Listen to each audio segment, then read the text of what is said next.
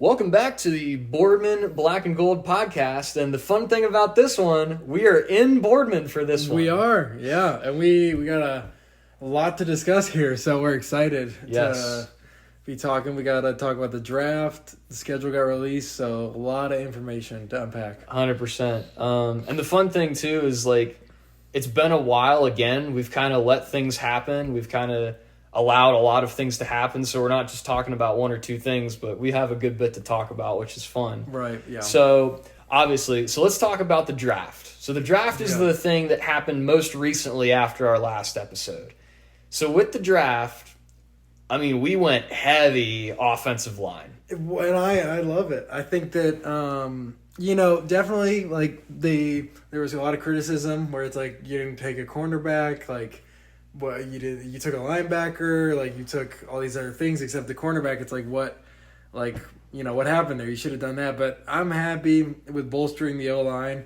I think that it is a necessity, especially at the center position, especially at the tackle. Our guards aren't too bad, but it's nice to get another guard in there. So I think that it was the right choice. I think our early draft was really good. I think so too. So let's just kind of go top to bottom. So Troy Fatanu, he is a Pacific Islander, which we love our Pacific Islanders. Yeah. And the thing about it is, he wanted to be a Steeler from a long time ago. He tweeted it out so many years ago. He's like, I want to be a Steeler. That is what he wanted. And again, we've been talking about it recently. It's how many times have we seen people that actually want to be Steelers? Right. So that's rare, and it's we're so blessed to have players that want to become Steelers. And so I'm really excited for him. I think he's going to be great. The only thing that made me hesitate is that apparently Dan Moore Jr. is going to start. Oh my gosh. Which I think, first off, you should move Broderick Jones back to the left. Well, I think they're going to. They should. They should do that. Right. And then you put, how do you say it? Fatanu. And then you put Fatanu on the right. And it's okay, there you go. We don't even need Dan Moore Jr. Right. But somehow Dan Moore Jr. is going to get a start. It's just, it makes me think, we got all these new pieces. I can't wait to mismanage them again. Oh my gosh. I mean, that's just, it's always how it seems to happen is they bolster up and then they stick with the guys that haven't worked. Exactly. And it's it's frustrating because we've talked about this a lot. And you get this young guy, your first round draft pick. I mean, what did we do last year? Broderick Jones, he didn't start immediately. Joey Porter Jr., they didn't handle him nicely and very quickly either. No. So it's what's the point of why are you wasting the first month of the season? They're always we want to get him acclimated and stuff like that. That's what the preseason's for. Right. Week one, there is no off games or off years. It's when you draft them, you got to put him in immediately because this has to be the year that you go and win a Super Bowl every year. And with the way that Mike Tomlin works, you would think that he's I better get these wins. Right. If he doesn't have a good year this year, he doesn't have anybody to blame anymore. Exactly. I mean, I already don't like him, and I already want him gone. But if he doesn't have a good year this year, I'm hoping that everybody else can see what the problem is. But hey, I'd much rather win a Super Bowl with him than fire him. So yeah, I mean, I do too. And it's funny too because you honestly kind of swayed me in that direction. Yeah. You got me to think critically about Mike Tomlin. I mean, this was almost 2 years ago now. Yeah. We've been friends for almost 2 years. Is you. Well, I was always just so iffy on Mike Tomlin, and then the 2019 season happened where we went 8-8 and Ben was hurt. And I was like, wow, you know what? We have a great coach like Mike Tomlin. I can't believe we went 8-8 with Duck Hodges and Mason Rudolph. And then 2020 comes around, 2021, and I'm it's just so all the cracks started to show of just all his issues and all his problems. And it's just he's not the reason why we're getting to those 8-8 seasons. Yeah. So I think I agree. I think there's not a whole lot of reason for him to have a lot of excuses anymore. I mean, again, we keep praising Omar Khan with how great he drafts, with how good it seems like he's building the team.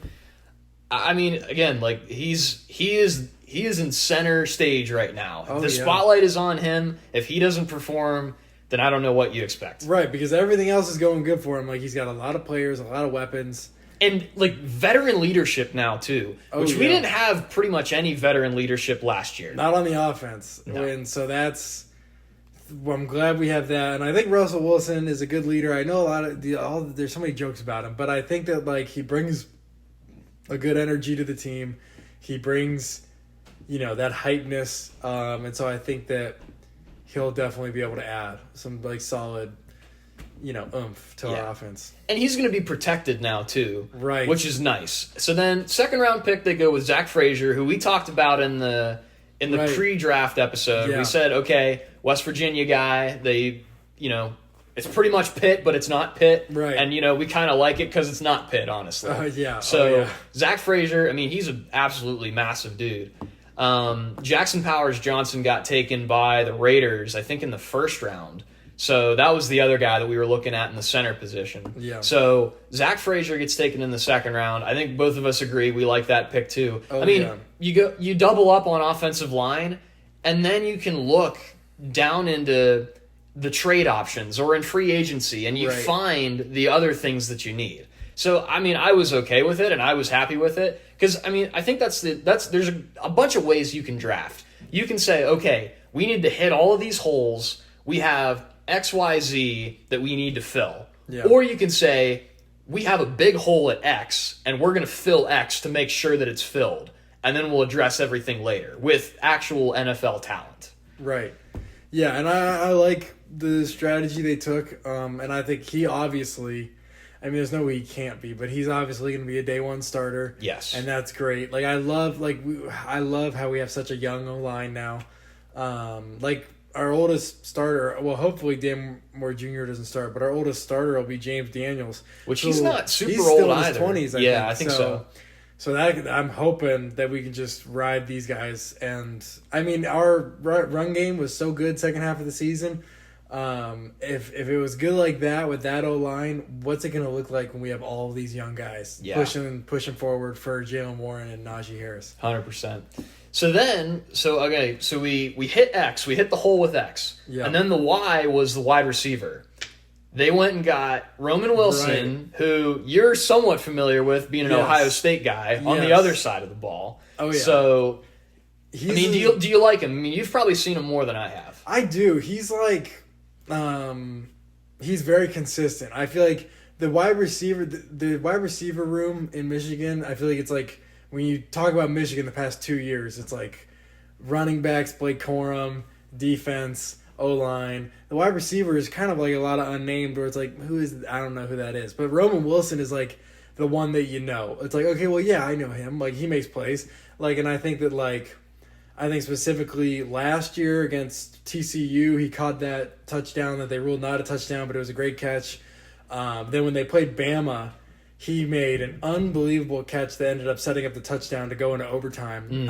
And so, like, I've only seen him make great plays, and, he's one of those, like, he reminds me a little bit, he's a little bit bigger, but of Julian Edelman, whereas, like, he's going to be a perfect slot guy, and that's exactly what we needed. So I like the pick a lot. Even though it's like, you know what, I'll forgive him for being a Michigan player. But, yeah, I like him a lot. So where do you think he slots in right now? So George Pickens obviously is number one. Right. Is he number two? I would say, I think that it's got to be Calvin Austin who's number two. Like, Calvin Austin had a good punt return in the preseason, and, like, Tomlin was off the sideline, like, cheering him on and stuff, like, hyping him up and hitting him on the back. So Tomlin obviously loves this guy. Like, I don't know how he wouldn't be number two, even though he really didn't get a lot of playing time last year. Well, that's what I'm thinking about is, how much of a jump is he really going to get? Are they really going to put that much on his plate with a new quarterback, a veteran quarterback? Maybe that benefits him. I think he can. Like, I think that from what we've seen, like, he's got so much speed, and, like, this is another thing, too. Like, most of the time, obviously not all the time, but most of the time, speed dies in the first, 5 years. Yeah. So you have to use him now, or else his biggest weapon is not going to be there. That's true. Like, and this is another thing, too. It's like, we're talking about how we'll use these guys, but it's like, I don't even know the mind of Arthur Smith. Like, I don't even, understand, Like, because, like, with Matt Canada, it's like we could kind of be like, he's obviously going to be horrible, but this is how he's going to use his guys. Yeah. Arthur Smith, I don't know. Is he going to like Austin more? Is he going to like Wilson more? And like, how much control is he going to get versus Mike Tomlin? Yeah, 100%. So, yeah, that's the iffy thing for me now. Obviously, cornerback is still a question mark. Yeah. But even wide receiver is a little bit more of a question mark. Obviously, we talked about Van Jefferson in the last episode. Yeah. But we have, okay, so we'll take a deviated track from the draft. We signed Scotty Miller, who won a Super Bowl with Tom Brady. Right. He had his best year with Tom Brady, and besides that year, really hasn't done anything else. But I mean, I don't know. If you ask me, that doesn't make sense because it's almost like you're drafting an older Roman Wilson. Like they look like the same archetype. Yeah. That's what I'm getting concerned about is we don't have a lot of big receivers. I mean, Van Jefferson a little could bit. Be another outside guy, but yeah. like I don't really have trust in him. Like he's been quiet for so long. I mean, Arthur Smith must see something in him and like him because he was in Atlanta. But it's like I don't really know what to think of him. Yeah, I'm a little. I don't know if concerned is the word for the wide receiver room. Maybe more so just interested to see how it plays out. Right. And if like we get through 5 weeks and it's not good, then it's like, oh shoot, like oh yeah, we might have messed up and not going after, you know, like a Tyler Boyd or a T. Higgins or something like that. Because obviously, I mean, we both love Pickens. Pickens is incredible. But how much can he really do by himself? Well, and that's a good question because it makes me think of in 2016, Big Ben literally just had Antonio Brown. Like it was Antonio Brown, and then Martavis Bryant was suspended the whole year for weed. Marcus Wheaton, I think, battled injuries the whole year, and it was Sammy Coates and Kobe Hamilton. Like, Sammy Coates was pretty consistent with us, but he was always like a fourth string. And who the heck was Kobe Hamilton? And we still were great that year, and Antonio Brown had one of his amazing years. So it's like, hopefully Pickens could be like, I want to do that. Like, let me be like that and just own this wide receiver room because, yeah, besides him, it's like him, and then it's like Roman Wilson we'll see, hopefully, and then just a drop. And it's like, who knows? That's the thing. I feel like there's not a lot of depth there. No. So if well, I pray this doesn't happen, but if Pickens goes down, ugh. I mean, and we're also Freiermuth, I'm sure, is going to carry a lot of weight. Oh yeah, he needs to, and I mean, and he needs to stay healthy. Yeah. Like it's the injuries. Last year was not good for him. He did not like. He didn't get. I think he had maybe one good game. Like the whole season, I think he was just like always hurt, and like they never. Oh, the other problem was they never threw it to him. Right, so, but when they did, like there was like those games where he just like he'd have 2 catches, but the one catch he broke like 3 tackles and went like 40 yards. Yeah, right. And it's like, man, if we could throw it to him more and you could stay healthy, like great tight end. Yeah, but he's just really struggling with the injury. Yeah. So that's the interesting thing. So obviously we got a new guy throwing the ball. And we've got like 90% of the guys catching the ball that are also new. Yeah. So it'll be interesting. I actually, for some reason, I just randomly thought about Deontay Johnson today, and I was just like, he's not on our team anymore. You know, it's interesting. I mean, I know. Even though we're weak at wide receiver, I don't miss him because he was a crybaby, and I just can't stand those guys. You're done with the drama. Oh yeah, I'm so done with it. Who was? I just saw it was like free agents that are still available, and there was a wide receiver that popped up who was like older, but I was like, I was like, that's interesting. He's still around. Like, why don't we go and get him? I can't remember who it was, but if you remember, just pop in and tell us. Yeah. Let me see. Let me. While you're figuring that out, we'll go back to the draft. So Roman Wilson, and then they went and got Peyton Wilson. That was his name, right? Right. The linebacker from North Carolina State. And the thing about him was he's an absolute dog. Like I have a lot of friends that are NC State fans just because, you know, I live in North Carolina now. But he essentially, when he is healthy, he's like one of the best players on the field. Peyton Wilson. Yes. Okay. But the problem is he's had a lot of lot of injuries, which is why he dropped so low. I think like late to mid to late third round was when they got him. Yeah. So, but again, from what I could tell, he's just like, he's an absolute dog. And don't quote me on this, but I think this is true. I don't think he has an ACL. I think he just like doesn't have one. Oh, what? I think so. Oh my gosh. I don't know if that's, I forget if that was Peyton Wilson or not, but I think I read something somewhere that he just doesn't have an ACL. How does he operate? Dude, beats me, but he's a good football player apparently. Yeah, I guess. And then the linebacker, and it's the other thing, it's a linebacker too, which again, we talked about it a little bit.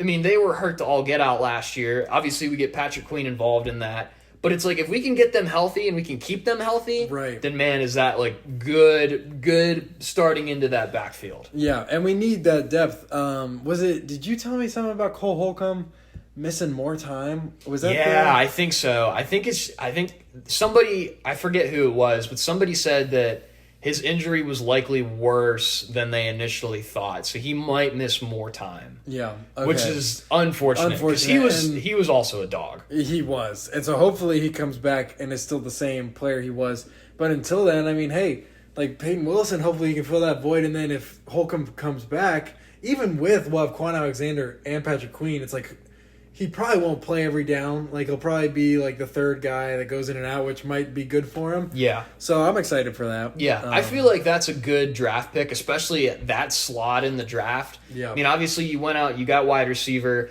There were corners available, and I was thinking that they were going to take TJ Tampa, the guy from Iowa State. He was like, I think he was ranked like the 8th cornerback in the draft. Yeah. And they went over it and they went for linebacker, which, I mean, I don't think that was necessarily a need, but it could be a need depending on how healthy our current linebackers are. That's true. And I mean, you mentioned it before we started, but this, with the cornerbacks and stuff, it depends on how much we believe in Corey Trice. If they really like him or like what they've seen, they may think, oh, like we've got Joey Porter Jr., Corey Trice, and then somehow, I don't know how, but somehow they still think that Levi Wallace is good. So they must think, well, we still have 3 guys, so hopefully they're right. I mean, we know Levi Wallace. We know who he is, but... Unless something miraculous happens. Yeah, unless somehow... Which he's got the same coaches, so probably not. But unless somehow he just turns it to another gear, I don't really understand what they see with him. But, yeah. But so it was an interesting pick. Yeah, go ahead. Back to wide receiver. So the available free agents that I saw, where I was like, well, that's interesting. That I was like, maybe we could sign. I got 3, like, serious candidates, and then one that like I'm just gonna throw out there and see what you think. But one's Michael Thomas. I have seen stuff about that. He'd be super cheap, and like another veteran that you could bring in and like, I mean, he's been just battling injury and just had some bad years, but he was good not too long ago. Yeah, I mean. And that's interesting. I did see stuff about that. I don't know if I like it a lot, but I'd be willing. If they did it, I wouldn't necessarily be too upset. Right, yeah. Especially with the state of where our wide receivers are now. I agree. I think the person I'd want most out of these 3 is Mecole Hardman. Yeah. I can't believe he's still a free agent, which, I mean, you could use him so much, but I don't know if, like, Calvin Austin kind of fits that role. Yeah. And then Julio Jones is still around. He's still around? Yeah, and I'm like, why not? Like, he will still make plays. Like, he still made plays when he was in Tampa and Tennessee. So I would... And then this one's not extremely serious, but could be fun. Martavis Bryant is on the list. And I'm like, hey, reunion? Like, let's he could be a great outside guy. Just lay off the weed, dog. That's interesting. Okay. That made me laugh seeing him on there. I was like, oh, no way. Like, that's... Well, if they go out and they get Scotty Miller, then do you really think that they're going to do any of those? Right, and that's... But then, like, also, like, what's their ceiling if they get Scotty Miller? It's like, what's he done? Yeah. It's like, you got a Julio Jones who is an all-pro, Michael Thomas. Did he do anything with Philly after he went there? I think he got hurt. Okay. I think I remember him... I think he had one good game, maybe. Okay. But then I think he got hurt, or he just... I was going to say, I don't think there was a lot of sample size. No. So, okay. Yeah. Interesting. I mean, like you said, those are options. Right. I wouldn't necessarily be upset with any of them, just depending on how much money they pay him. Like, that Michael Thomas that's intriguing because we know how high his ceiling is. Oh, yeah. And honestly, okay, I mean, he's Slant Boy, right? Oh, yeah. How awful would Slant Boy really be in this type of offense? Not bad at all. Because, I mean, if you think about this, you got George Pickens on one side, who's going to go up and make contested catches. You got Calvin Austin, either you put him on the same side or you do him on the other side, have him running go routes. That takes up, both sidelines. And then you got Slant Boy, who's right in the middle. Right. I don't know. We love that. We love to do that. And I think that could work well. And I don't know. We can't forget that he has the record of the most receptions in a season ever. So it's did you? This was probably before we were friends, but did you ever have him in fantasy? I didn't. No. You never did? Okay. No. I was thinking of somebody different then, because I remember playing against him. I think it was the Juju game. Do you remember that? Like the one where Juju should have caught the ball? Oh. Yeah. Where he fumbled it at the end? Yes. Oh, gosh. So I remember playing against him that week, and it was for like a lot of playoff implications, and I think he torched me. Yeah. And it was insult to injury because the Steelers lost, and like he went off that game too. Yeah. So I don't know. I have a bad taste in my mouth with Michael Thomas, maybe for poor reasons, but at the same time, it's like, I don't know, maybe Slant Boy works with our offense. I don't know. Maybe, yeah. I mean, maybe because people make fun of him for being Slant Boy. Yeah, but it's hey, like I don't know. It's like they don't make fun of the guys where it's like all they can do is go deep. Like you have those players. Speaking of Martavis Bryant, it was like the only route they can run is a go route, and it's like nobody's like, well, like that stinks. It's like, well, no, if they can do that well. And they could catch it every time, that's great. If you have a guy who can go on the inside every time and make those catches, like, I'd take it. Yeah, 100%. So that's the state of the wide receivers. So then we go back into, I think it was the 4th round. They got Mason McCormick, who is another offensive lineman, a guard from South Dakota State, which I'm a big fan of, like, those mid-round South Dakota State picks because they are always like one of the best teams in the FCS. Mm-hmm. I think the FCS kind of gets overshadowed on occasion just because, it's not the FBS. Yeah. But I mean, South Dakota State, Mason McCormick's a huge dude. And he's almost, I'm trying to think of the word for it. He's almost a psychopath, I think. He's kind of like, he sticks to himself. He's the type of offensive lineman that's going to bash his own head in with his own helmet. Oh, man. And, like, I mean, you talk about a guy who might be scary in the trenches. Like, that's the type of guy that I might like. Well, I'll take it. That'd be fun to see if he ends up doing that. But, yeah, I like the pick, too. Again, just building up O-line. So we have James Daniels, and who was our other guard last year? I can't remember. I don't know why I'm blanking. But, or was it Dotson? No. He was on the Rams. Oh, yeah, you're right. And he turned his whole career around. Same with Kendrick Green. Yeah. But I mean, the O-line last year, as much as it wasn't as bad as the previous couple of years, it was still pretty bad. Oh, yeah. So I think every single spot is pretty much up there for, like, improvement. Right. You got Broderick Jones, who's in his 2nd year, which is good. I think he did pretty darn good last year. I agree. I would say, like, I mean, there wasn't a whole lot. I mean, he had a couple sacks allowed, but at the same time, Kenny was just doing little twirly routes and twisting and turning all over the place. So I think now you put Russ in a vacuum and you kind of say, all right, this is a veteran. He knows when to roll out. He knows when to stay home.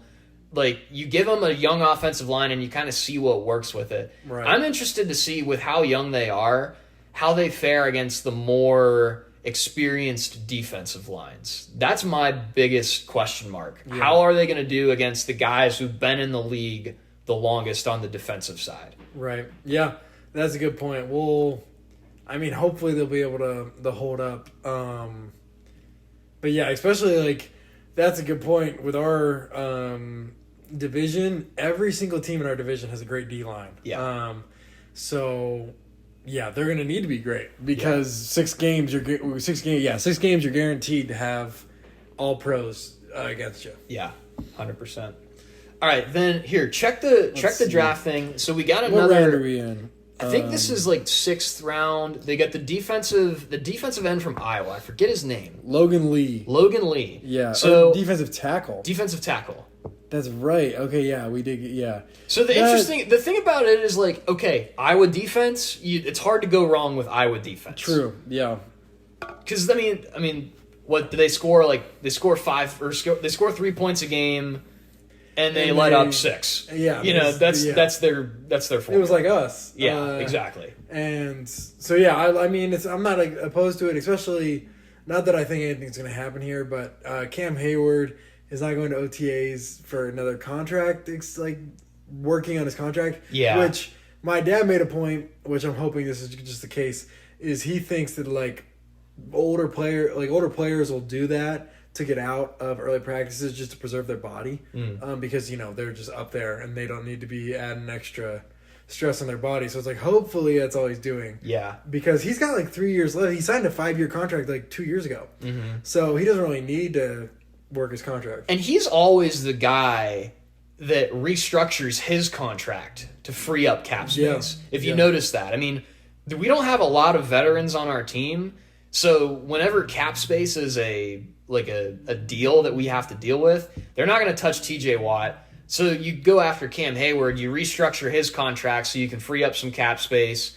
go out and sign some free agents, which honestly, for his perspective, I mean, it's very noble of him to sometimes take those reconstructions and those cuts so that the team has more available to them when it comes to free agent time. So that's good leadership. I think that's good on his part. But it is an interesting thing to bring up because, I mean, it is a true thing. And I hope what your dad said is true. I hope so, too. Because he's one of my favorites. I love him. And, I want him to retire with us. He should. Play his whole career with us. I mean, he is a Steeler through and through. Oh, he is, yeah. And then our next pick in the 6th round was Ryan Watts, who was cornerback. Yes. I have a theory about this. So my thought all the way into the 5th round was there were 2 Auburn corners that were available. Nehemiah Pritchett, and there was another guy. I can't think of his name. I can't remember. There were 2 of them. There was 2 Auburn cornerbacks. And I was thinking, okay, these guys are probably the ones that make the most sense. They weren't the highest ranked ones, but they were the ones that made the most sense with the Steelers specifically, with what they needed. And I said, okay, these are probably the 2 guys. And then both times, the Seahawks took both of them. So the Seahawks took both of the corners, both from Auburn. And I was like, oh, shoot. I forget, whoever the second guy was. Was it Nehemiah? That was the other guy. He was a 5th round pick. The guy that was taken in the 6th round, like 2 or 3 picks before us. Oh, DJ James, that's the guy.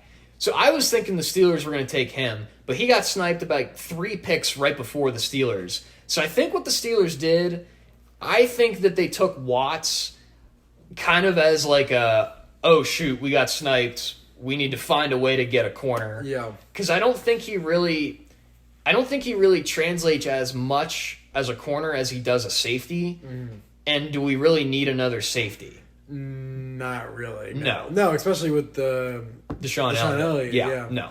So I think that was kind of a scramble pick. I don't think they were expecting to take him at all. I think they're just like, okay, we need to fill a box. We're going to take this. Yeah. So, hey, maybe he proves me wrong. But again, what we talked about before just a moment ago, Corey Trice, we haven't seen anything from him yet. He was a 7th round pick out of Purdue last year. I was excited about him. Yeah. So fingers crossed that he can also deliver. He's kind of pulling a Calvin Austin. He gets drafted. Yeah.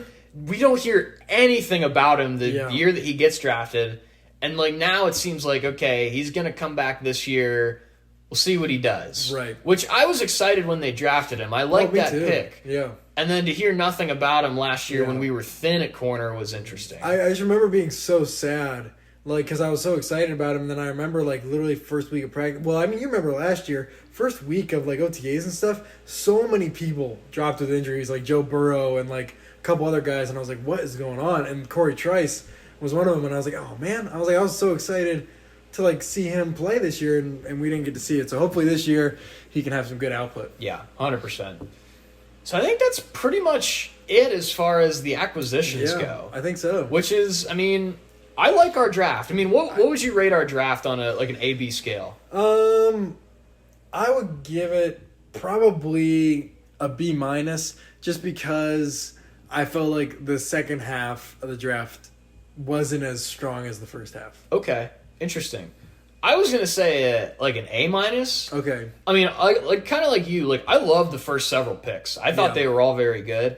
I think the little wrinkle in it is I think they got sniped. Well, so here's the other thing. So TJ Tampa was the Iowa State corner that I was like really thinking about. Like, I was thinking, man, they're gonna take him this round. Yeah. They passed on him. He's there the next round. They passed on him again, and then the Ravens took him. And I'm thinking, is that another spite pick? I mean, they took Kyle Hamilton. Was that last year? Oh, was that last year or 2 years ago? I can't remember. Was that the Kenny Pickett draft? I can't remember.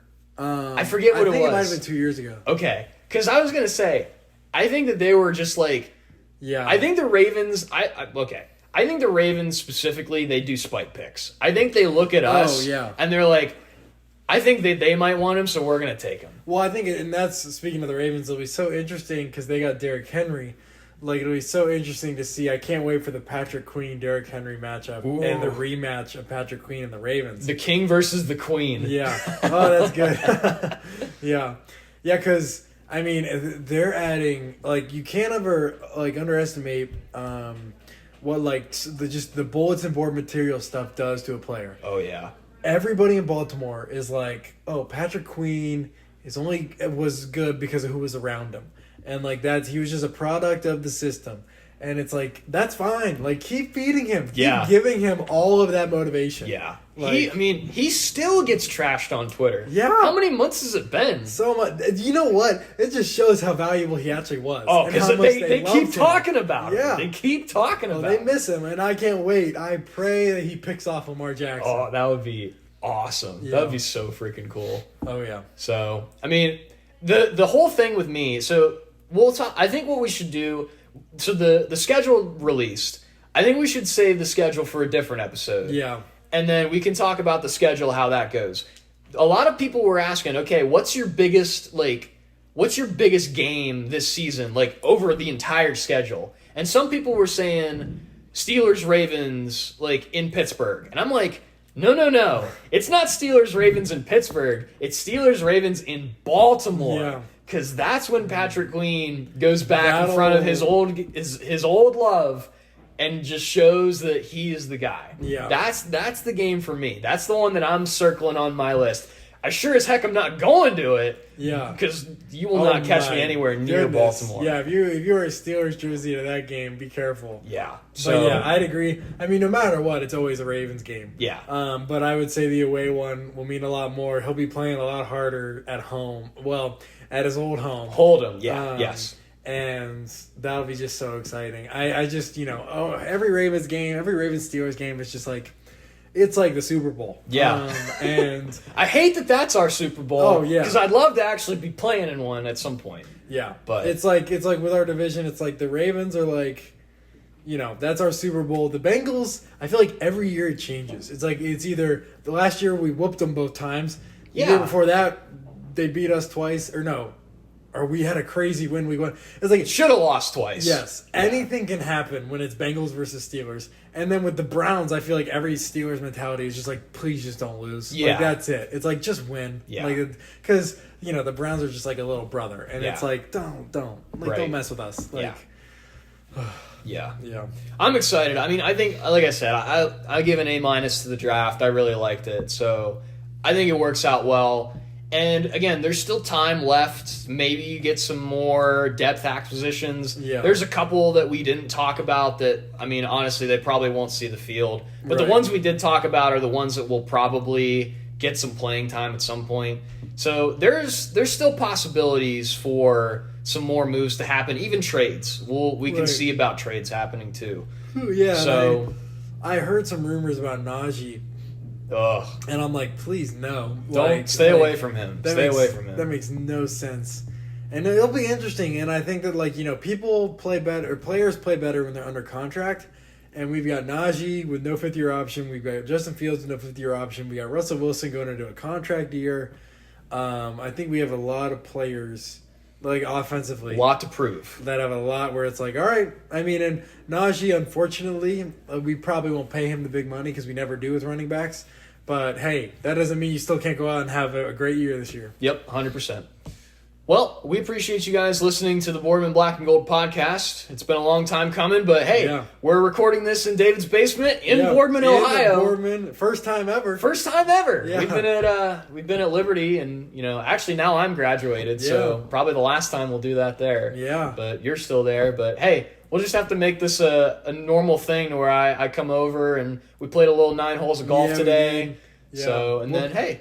Yeah, well, definitely, this won't be the last episode that's in Boardman. Yes, 100%.